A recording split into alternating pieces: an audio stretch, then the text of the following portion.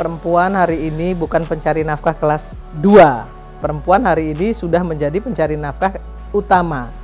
Apalagi di era pandemi ini, banyak suami-suami yang di PHK kan.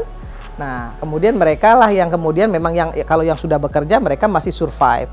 Yang tadinya nggak kerja, misalnya jadi ibu rumah tangga, mereka juga sekarang udah pinter dengan adanya online ini. Mereka banyak tuh yang kemudian jual keripik di online kan, kemudian baju-baju di online kan, make up juga di online kan gitu, dan itu membantu kebutuhan rumah tangga mereka. Jadi memang di era digitalisasi seperti hari ini juga memudahkan banyak orang ya untuk sebenarnya bisa melakukan usaha kalau mereka mau gitu. Dan saya kira perempuan Indonesia hari ini sudah cerdas-cerdas sih.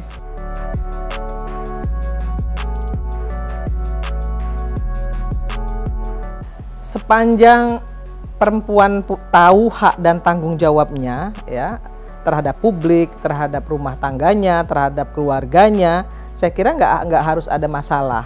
Contohnya misalnya saya pribadi gitu ya, saya menyelaraskan bagaimana ketika saya di rumah sebagai ibu, kemudian sebagai saudara dari keluarga saya, dan mereka yang harus saya bahagiakan. Nah, saya nggak mau kalau saya sendiri nggak bahagia, saya membahagiakan orang dan saya sendiri juga harus bahagia. Jadi saya itu membagi hati saya itu empat potong. Tapi prosentasenya itu saya atur sendiri. Misalnya untuk diri saya pribadi 20%, untuk keluarga 40%. Kemudian untuk handai tolan dan masyarakat itu sekian persen, itu saya bagi. Jadi ada waktunya saya harus pergi sendiri, berlibur dengan teman-teman saya pergi. Nggak harus dengan anak-anak saya terus, enggak. Tapi ada waktunya juga saya pergi dengan anak-anak saya.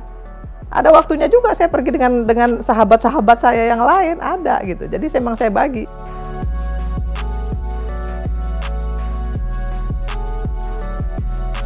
Yang pertama, sebagai seorang ibu dan kebetulan saya Muslim, ya saya harus mengajarkan anak-anak saya agama yang baik.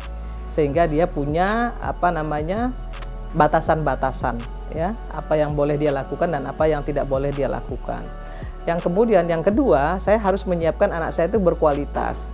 Supaya apa? Supaya dia bisa membahagiakan dirinya sendiri dan keluarganya nanti. Ya keluarganya itu ya termasuk saya sebagai ibunya dan keluarganya, anak dan suaminya.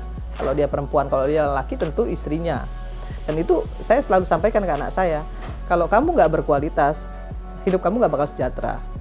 Nah, itu yang saya sampaikan ke mereka. Jadi sebenarnya perempuan-perempuan Indonesia kalau dia tahu hak dan kewajibannya terhadap dirinya sendiri, terhadap keluarga, terhadap publik gitu ya, saya kira harusnya nggak ada masalah gitu.